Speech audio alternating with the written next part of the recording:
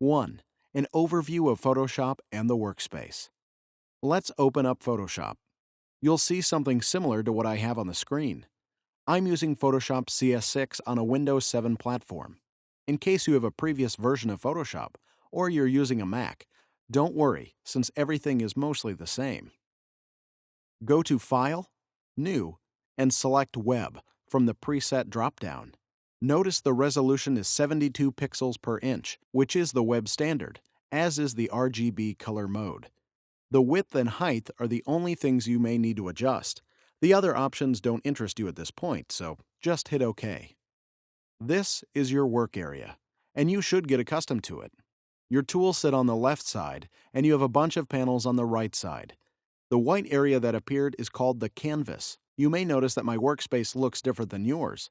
This is because I customize it, and that's our next step.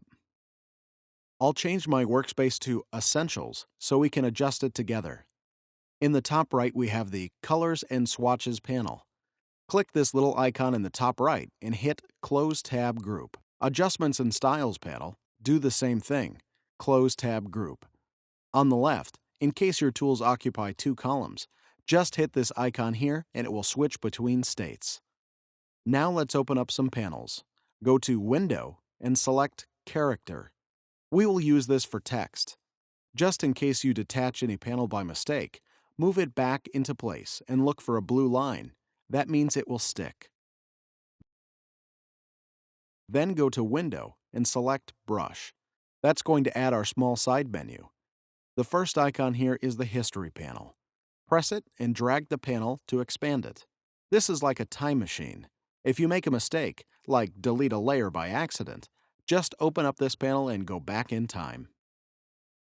Now press Ctrl-R and rulers will appear. After that, go to View, Show, Smart Guides.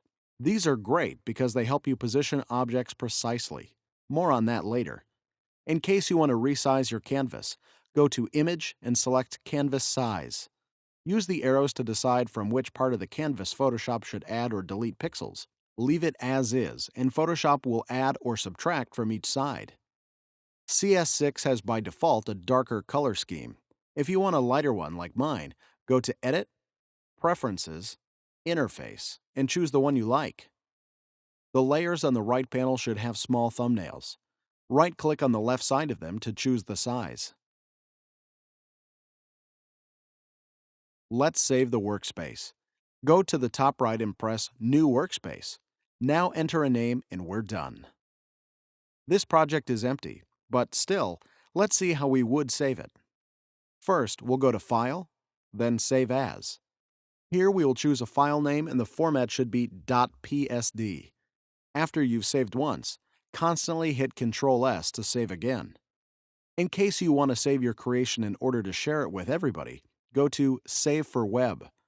What interests you here is the file format, the quality, and make sure you have Convert to sRGB unchecked.